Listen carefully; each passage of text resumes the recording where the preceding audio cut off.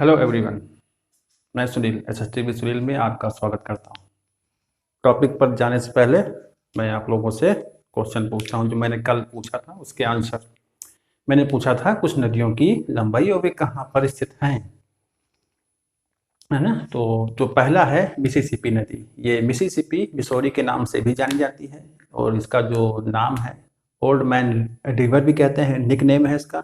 ये 3770 किलोमीटर लंबी है, जो इटास्का झील से निकलती है उत्तरी अमेरिका से और मेक्सिको की खाड़ी में जाकर के गिरती है। संयुक्त राज्य अमेरिका की नदी है ये। उसके बाद है अमेजन नदी। ओके, 6400 किलोमीटर लंबी, पेरू से निकलती है, राजधानी लीमा, ब्राजील होते हुए जाती कहाँ पर है, अटलांटिक ओशन में। उसके बाद जो यूरोप महाद्वीप की नदी है डेन्यूब नदी, 2885 किलोमीटर, ये जर्मनी से निकलती है और ब्लैक सी में जाकर के गिरती है, मिल जाती है उससे। उसके बाद नील नदी है, विश्व की सबसे लंबी जो नदी है, 6650, ओके, 6650 किलोमीटर है, जो विक्टोरिया झील से निकलती है। विक्टोरिया झील युगांडा, केन्या और तंजानिया के मध्य में पड़ती है ना।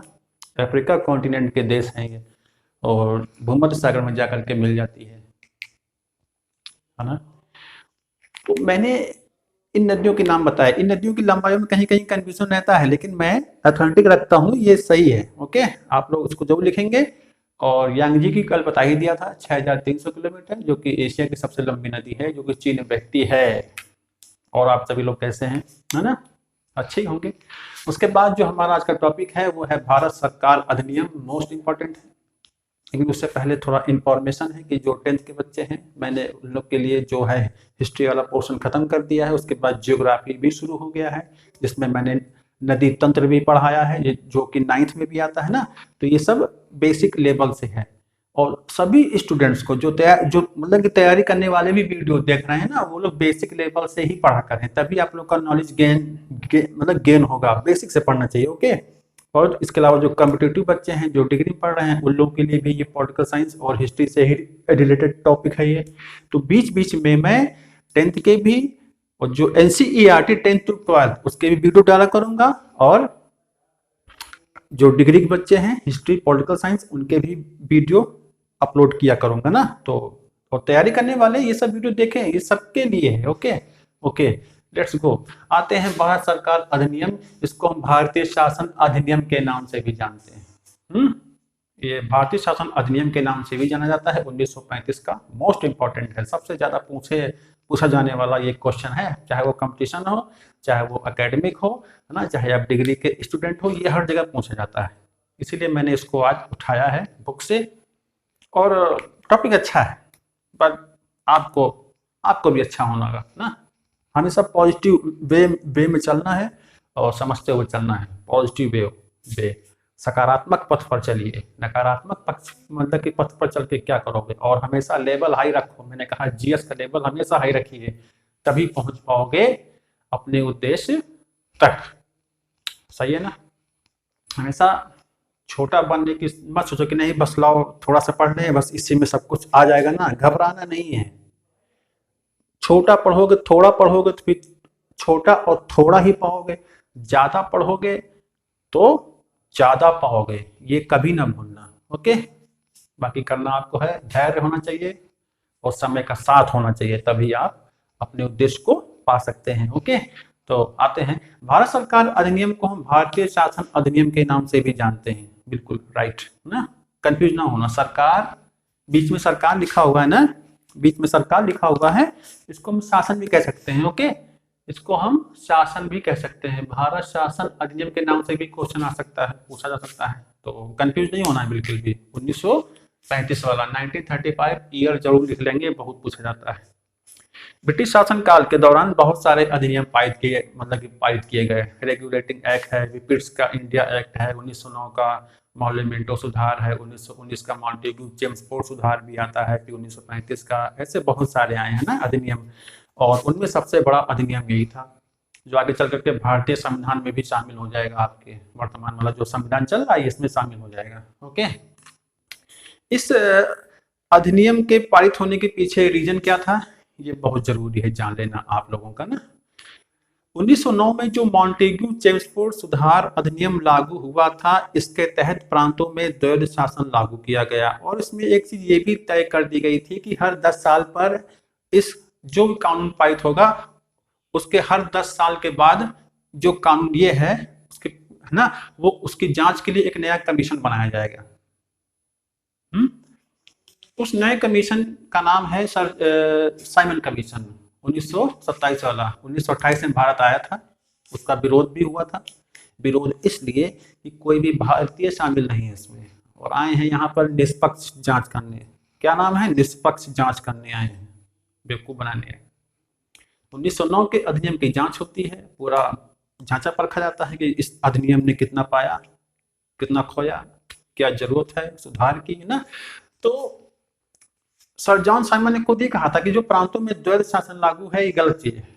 आगे चल करके 1935 के अधिनियम में, ध्यान रखिएगा, 1935 के अधिनियम में केंद्र में भी द्वैध शासन लागू होगा और प्रांतों को स्वायत्तता प्रदान कर दी जाएगी। सर जॉन साइमन कह रहे हैं कि प्रांतों में द्वैध शासन गलत है, अब वो केंद्र में भी लागू कर रहे हैं 1935 के अधिनियम के तहत। कितना गलत था। उसके बाद 1900 जब इसका विरोध हुआ तो भारतीयों ने कहा कि भारतीयों को क्यों नहीं शामिल किया गया इस अधिनियम में, हमारे अंदर तो काबिलियत है। अब इस काबिलियत को लेकर के फिर बड़ा विरोध हुआ। उसके बाद अंग्रेजों ने कहा कि वो काबिलियत कहाँ, तो अगर ऐसा है तो एक छोटा सा संविधान बना के दिखा दो। तो नेहरू कमेटी गठित होती है मोतीलाल नेहरू की अध्यक्षता में, और नेहरू रिपोर्ट तैयार होती है, वो पेश की जाती है, जिसमें कहा जाता है कि सांप्रदायिकता के आधार पर जो भेदभाव हो रहा है, जो मतदान की व्यवस्था है वो खत्म होनी चाहिए। और रही बात अल्पसंख्यकों की, तो उनकी जनसंख्या के आधार पर हम उनको अनुपात, मतलब कि उनकी जनसंख्या के आधार पर, मतलब कि हम उनको आरक्षण देने का समर्थन करते हैं उनकी जनसंख्या के आधार पर। इस तरीके से नेहरू रिपोर्ट ने भी स्वीकार किया। उसके बाद 1930-32 में क्या हुआ सभी को मालूम है। 1930-32 में क्या हुआ था, बोलिए, सोचिए। गोलमेज सम्मेलन हुआ था, राउंड टेबल कॉन्फ्रेंस हुआ था। कहां पर हुआ था? लंदन में, ब्रिटेन में। ओके, भारतीय संघ के निर्माण पर, भारतीय भविष्य में संविधान के निर्माण पर बात करने के लिए दूसरे वाले में गांधी जी गए थे, लेकिन मायूस होकर लौटे, कोई बात नहीं बनी, है ना। उसके बाद सांप्रदायिक पंचाट पेश होता है, जिसके आधार पर संप्रदाय वाली बात मुद्दा उठता है ना। उसके बाद कैसे भी करके आता है 1935 का भारतीय शासन अधिनियम। इसका सपना था कि भारत में एक संघीय भारत का निर्माण हो, कई राज्यों को मिला करके, रियासतों को मिला करके एक राज्य एक संघ बनाया जाए, लेकिन ये संघ कभी सफल नहीं हो पाया, सपना ही रह गया। और 1946 तक जो शासन होगा, 1946 तक जो ब्रिटिश मतलब कि ब्रिटिश एम्पायर का जो शासन चलेगा, वो 1919 के अधिनियम के आधार पर ही चलेगा। ये आप लोग को नोट आउट कर लेना है। 1946 तक 1919 के अधिनियम के आधार पर ही शासन चला था, है ना। और 1947 में जब भारत को आजादी मिलती है तो ये तय किया गया था कि जब तक भारत अपने संविधान, लिख लीजिएगा, जब तक भारत अपने संविधान का निर्माण नहीं कर लेता है तब तक क्या होगा, भारत का शासन भारत सरकार अधिनियम या भारत शासन अधिनियम 1935 के तहत ही चलाया जाएगा। और जब संविधान बन जाएगा तो कोई बात नहीं।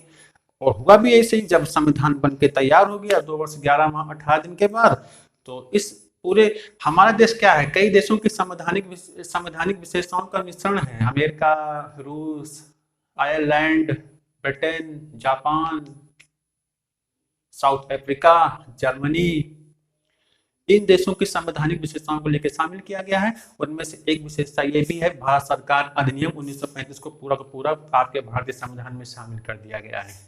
समवर्ती सूची ना, बैंकों, केंद्रीय बैंक, एक संघीय न्यायालय, सर्वोच्च न्यायालय जिसको कह सकते हो, और समवर्ती सूची, लोकसभा, राज्यसभा, ये सारे बिंदु जो हैं इस अधिनियम में हैं और यही सब शामिल किए गए हैं वर्तमान में। ओके, सब आपको पढ़ने को मिलता ही है वर्तमान में। तो संघीय व्यवस्था और प्रांतीय स्वायत्तता, मैंने 2 भाग में इस टॉपिक को बांट दिया है। संघीय व्यवस्था यानी कि केंद्रीय व्यवस्था में कार्यपालिका होगी और व्यवस्थापिका होगी, ये तय किया गया। लेकिन इसमें एक मुद्दा ये था कि गवर्नर जनरल समस्त समस्त संविधान का, पूरे संविधान का केंद्र बिंदु होगा। ये बात गौर करिए, केंद्र बिंदु होगा, यानी कि सारी व्यवस्था गवर्नर जनरल के ही इर्द गिर्द घूमेगी। तो समझ सकते हो गवर्नर गवर्नर जनरल किससे कनेक्टेड है? ब्रिटेन से। शासन किसका है? ब्रिटिश एम्पायर का है। तो एक प्रकार से ये व्यवस्था अपने लिए ही बनाए थे, है ना, क्योंकि इस व्यवस्था में व्यक्तिगत निर्णय, अंत में व्यक्तिगत निर्णय के आधार पर, प्राइवेट डिसीजन के आधार पर गवर्नर जनरल व्यवस्थाओं को खत्म कर सकता था, व्यवस्थाओं को बिगाड़ सकता था। कितनी बड़ी ये कमी थी इस व्यवस्था में। एक ही हो गया। प्रशासन के विषयों को दो भागों में बांटा गया।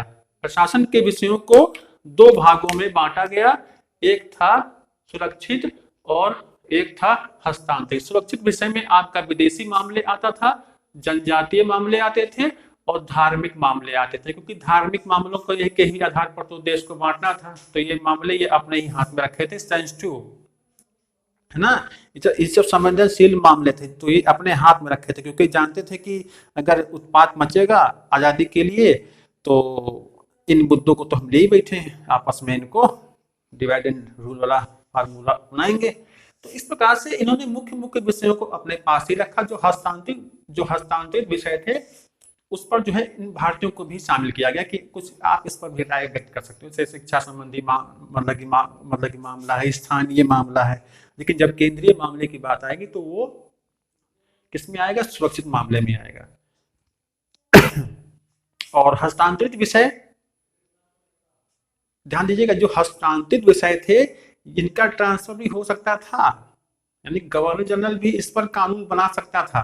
ध्यान रखना है आपको, इनको आवश्यकता पड़ने पर शामिल किया जा सकता था सुरक्षित विषयों में। ये बात ध्यान रखना है आपको। तो आंसर मतलब राइटिंग में आपको ये बात लिख लेना है, दो विषय सुरक्षित और हस्तांतरित। उसके बाद है साख की रक्षा करना, वित्तीय स्थिरता, किसी भाग में शांति की रक्षा करना, अल्पसंख्यकों की रक्षा का जब मामला आएगा, अंग्रेजों तथा बर्मी माल की भेदभाव से रक्षा होगी। अंग्रेज और बर्मा, म्यांमार, आंग्ल बर्मा युद्ध का वीडियो मेरा पड़ा हुआ है, आप लोग जरूर देखिए, पूरा टॉपिक समझ में आएगा। तो जो ये प्रोडक्शन कर रही है ये कंपनियां मिल करके, उनमें भेदभाव नहीं होगा। भेदभाव इनके साथ तो होना नहीं, भेदभाव इनके साथ हो सकता था तो इनके साथ भी नहीं होगा, क्योंकि मुनाफा कमाना है। राजाओं के हितों तथा सम्मान की रक्षा, राजाओं के हितों तथा सम्मान की रक्षा ये सबसे बड़ा मुद्दा है। इन विषयों पर गवर्नर जनरल को व्यक्तिगत निर्णय की शक्ति प्रदान की गई। व्यक्तिगत निर्णय यानी कि प्राइवेट डिसीजन ले सकता था। मुद्दा भारतीयों को शामिल करने का सबसे बड़ा जो चाबी थी वो थी ये रियासत। रियासत के राजा को अपने पक्ष में कर लो, प्रजा भी आपके पक्ष में आ जाएगी इन राजाओं के माध्यम से। तो ये मुद्दा भी, इन मुद्दों पर जो था गवर्नर जनरल अपना प्राइवेट डिसीजन ले लेता था, लेता भी था। तभी तो कहा था कि रियासतें चाहे तो भारतीय संघ में शामिल हो या शामिल ना हो या अपना स्वतंत्र वजूद बना के रख सकती हैं। इसी को तो विवाद दिया गया था। और यही विवाद निकल के किस में आया था? जब भारत आजाद हुआ था और जूनागढ़, जम्मू कश्मीर और वो जो है मतलब कि हैदराबाद की रियासतें जब शामिल नहीं हो रही थी तो किस प्रकार से उनको शामिल किया गया था, ये सारे मुद्दे हैं ना। तो सब प्राइवेट जो इनके डिसीजन थे उसी का ही परिणाम था कि वो 3 रियासतें शामिल नहीं हो रही थी, है ना, हालांकि शामिल किया गया। ठीक है, तो ये हुआ। तो कार्यपालिका में इन विषयों को आपको नोट आउट कर लेना है, नंबर 1, नंबर 2, नंबर 3। व्यवस्थापिका में क्या था? व्यवस्थापिका में ये व्यवस्था बनाएंगे कि अब ये द्विसदनीय इसको होना था, द्विसदनात्मक व्यवस्था की गई, राज्य परिषद और संघीय सभा। राज्य परिषद को आप में वर्तमान में क्या कह सकते हो? राज्य सभा के रूप में जान सकते हो, जो कि एक क्या है? उच्च सदन है, उच्च सदन, स्थायी सदन। संघीय सभा को वर्तमान में हम लोकसभा कह सकते हैं। इसका कार्यकाल 5 वर्ष होता है, उस समय भी तय किया गया था कि 5 वर्ष ही होगा। उसके बाद राज्य परिषद जो कि स्थायी सभा होती है, इसके 156 जो सदस्य थे वो प्रांतों से चुने जाएंगे और 104 सदस्य जो होंगे वो रियासतों के प्रतिनिधि होंगे, इसमें शामिल होंगे। किसमें होंगे? राज्यसभा में या राज्य परिषद में शामिल होंगे। तो टोटल कितना हो गया? 260। ओके, 260। यानी कि राज्य परिषद में कितने सदस्य होंगे? 260। 156 और प्लस 104, 6 4 10 है ना, 6 और 260, तो 260 सदस्य किसमें होंगे, राज्य परिषद में अधिकतम। और संघीय सभा के लिए 250 सदस्य होंगे। संघीय सभा के लिए 250, संघीय सभा में जो सदस्य संख्या निर्धारित की गई थी वो 250 निर्धारित की गई थी, है ना। और जिसमें प्रांतों के और 125 सदस्य रियासतों के होने थे, है ना। तो इन सदस्यों को इसमें किसमें, संघीय सभा में शामिल होना था। यानी कि 125 जो सदस्य थे वे रियासतों के होने थे और बाकी जो है कहां से आएंगे, प्रांतों से आएंगे। शेष बचे हुए 250 में से 125 घटाने के बाद, 125 घटाने के बाद जो सदस्य बचेंगे वे कहां से आएंगे, प्रांतों से आएंगे। ये लोग आप जरूर लिखो, इसको लिखने से थोड़ा एग्जामिनर के प्रभाव अच्छा पड़ता है और नॉलेज भी अच्छी होगी आपकी और नंबर भी अच्छे आएंगे ना। तो ये हो गया। उसके बाद क्या होता है, समस्त विषयों का बंटवारा केंद्र राज्य सूची और समवर्ती सूची में किया गया। केंद्र सूची या संघ सूची भी कह सकते हैं आप लोग, राज्य सूची और समवर्ती सूची। केंद्र सूची पर जो है केंद्र सरकार कानून बनाती है ना, केंद्र सरकार कानून बनाती है वर्तमान में। राज्य सूची पर राज्य सरकार बनाती है, समवर्ती सूची पर केंद्र और राज्य दोनों मिलकर बनाते हैं। लेकिन अगर समवर्ती सूची पर बना जो कानून बना है, अगर केंद्र और राज्य जो बनाए हैं अगर उसमें विवाद हो गया है तो फाइनली जो सही डिसीजन किसका माना जाता है, केंद्र सरकार का वर्तमान में ना। तो विषयों को केंद्र सूची, राज्य सूची और समवर्ती सूची में बांटा गया, नोट आउट कर लें ना। उसके बाद गवर्नर जनरल जो था वो अनुदानों में कटौती कर सकता था। यानी कि जो ब्रिटिश प्रांत में प्रांत शामिल नहीं है, वे प्रांत जो ब्रिटिश प्रांत में शामिल नहीं है और जो दूसरे प्रांत हैं वो उनको अनुदान देने में कटौती कर सकता था। अनुदान माने ग्रांट है, डेवलपमेंट के लिए, विकास के लिए जो पैसा देते हैं वो तय कौन करेगा, गवर्नर जनरल करेगा। मना भी कर सकता था, हाँ भी कर सकता था। उसके बाद क्या है, किसी विधेयक के संबंध में, कानून बनने से पहले जो प्रक्रिया होती है, जो दस्तावेज होता है उसको विधेयक कहते हैं। विधेयक ही कानून बनता है ना, ये तो सबको पता होगा। तो इस विधेयक के संबंध में वीटो का प्रयोग कर सकता था कौन, गवर्नर जनरल। वीटो माने क्या होता है, वीटो माने होता है मैं नहीं मानता, मैं खारिज करता हूं, मैं इसको एक्सेप्ट नहीं करता हूं, ये होता है वीटो पावर। ये किसको थी, गवर्नर जनरल को। गवर्नर जनरल को लिख लेंगे, गवर्नर जनरल को अनुदानों में कटौती कर सकता था और किसी भी विधेयक के संबंध में जो लिखे, विधेयक के संबंध में वीटो का प्रयोग कर सकता था। यानी कि खुली छूट थी इसको। कितनी बड़ी बात है, इतने सारे मेंबर, एक अकेला व्यक्ति विधेयक को नहीं मान सकता था, उसको कैंसिल कर सकता था। यानी कि एक व्यक्ति को इतना इंटेलिजेंट माना गया, उसको इतनी शक्ति दे दी गई। ये कहां का न्याय है ना। उसके बाद गवर्नर जनरल जो था ये दोनों सदनों का, दोनों सदन का मतलब है राज्य परिषद और संघीय सभा। राज्य परिषद और संघीय सभा का जो संयुक्त अधिवेशन होगा वो कौन बुला सकता था, गवर्नर जनरल, है ना। ये व्यवस्थापक के पॉइंट्स हो गए। इसमें भी 3 ही पॉइंट हैं, हाँ 3 पॉइंट हैं, इसमें आप लोग को लिख लेना है। Okay, 1 2 and 3। इन तीनों पॉइंट्स में या दूसरे व्यवस्थापिका वाले में राज्य परिषद याद कर लेना है, संघीय सभा इनके सदस्य हो गए। विषयों को चूज कर लेना है, केंद्र सूची, राज्य सूची और समवर्ती सूची कर लेना है। उसके बाद गवर्नर जनरल को विधेयकों पर वीटो की शक्ति प्रदान की गई और राज्य परिषद और विधान सभा, संघीय सभा, है ना, राज्य परिषद और संघीय सभा, इन दोनों का संयुक्त अधिवेशन कौन बुला सकता था, कौन, आपका गवर्नर जनरल, उस समय की बात है। तो ये हो गया संघीय व्यवस्था में क्या क्या चीजें शामिल की गई। अब थोड़ा आते हैं प्रांतीय स्वायत्तता। इस अधिनियम के द्वारा फिर क्या किया गया, इस अधिनियम के द्वारा ये हुआ कि जो प्रांत थे उनको अब स्वायत्तता प्रदान कर दी गई। जो द्वैध शासन लागू था उसको प्रांतों से खत्म कर दिया गया है। ओके, खत्म कर दिया गया।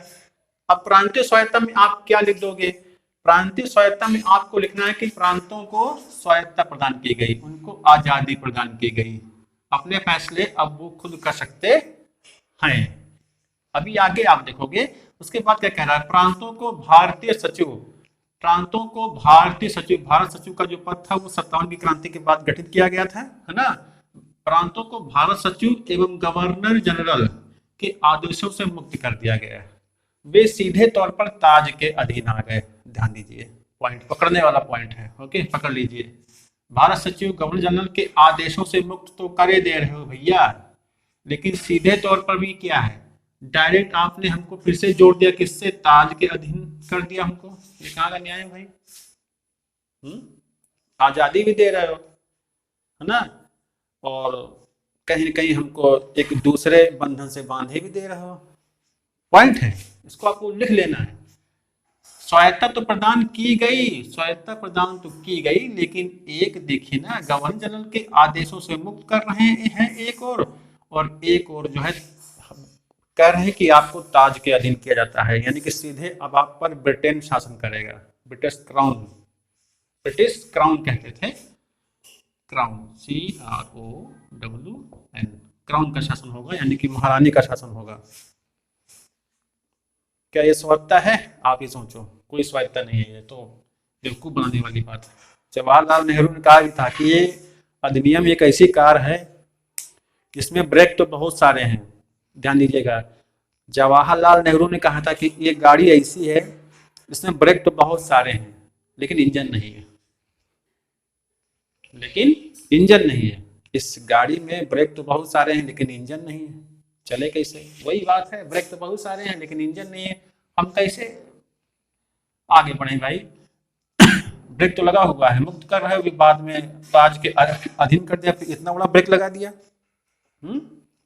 उसके बाद प्रांतों को स्वतंत्र आर्थिक शक्तियां एवं संसाधन दिए गए। चलो, कहीं न कहीं कुछ न कुछ तो देना ही था, स्वतंत्र आर्थिक शक्तियां एवं संसाधन दिए गए।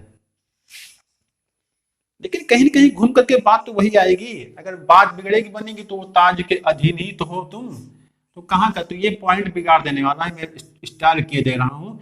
ये पॉइंट आप लोग अपने एग्जाम में जरूर लिखेंगे ना, बहुत ज्यादा इंपॉर्टेंट है। उसके बाद क्या हो रहा है? उसके बाद इस अधिनियम की अन्य मुख्य धाराएं भी कुछ बहुत थी, है ना। इस अधिनियम की कुछ धाराएं भी हैं, जैसे अधिनियम की मुख्य धाराएं क्या क्या थी? अन्य धाराएं, ध्यान रखना है, अन्य धाराएं, अन्य धाराएं। इसके द्वारा संघीय न्यायालय की स्थापना की गई है। इसको हम सर्वोच्च न्यायालय भी कह सकते हैं, कहो, राइट है। तो क्वेश्चन बनता है कि भारत में संघीय न्यायालय की स्थापना का कानून कब बना, कब लागू हुआ? तो 1900 किसके आधार पर लागू हुआ, किस अधिनियम के आधार पर? तो क्या कहोगे? 1935 के अधिनियम के आधार पर भारत में संघीय न्यायालय की स्थापना की गई। उसके बाद क्या है? नए संविधान में संशोधन की शक्ति केवल अंग्रेजी संसद को ही थी। देख लीजिए, नए संविधान में संशोधन की शक्ति, संशोधन माने कोई कानून शामिल करना है, कोई चीज नया करना है, जो पुराना है उसमें कोई बदलाव करना है, तो संशोधन करना है। तो नए संविधान में संशोधन की शक्ति केवल अंग्रेजी संसद को ही थी। देख लीजिए, कंट्रोल सारी सब कुछ अपने हाथ में है। और भारतीय विधानमंडल, जिसमें भारतीय में मतलब कि जिसमें भारतीय मेंबर थे, मतलब कि भारतीय विधानमंडल केवल क्या करेगा? केवल क्या करेगा?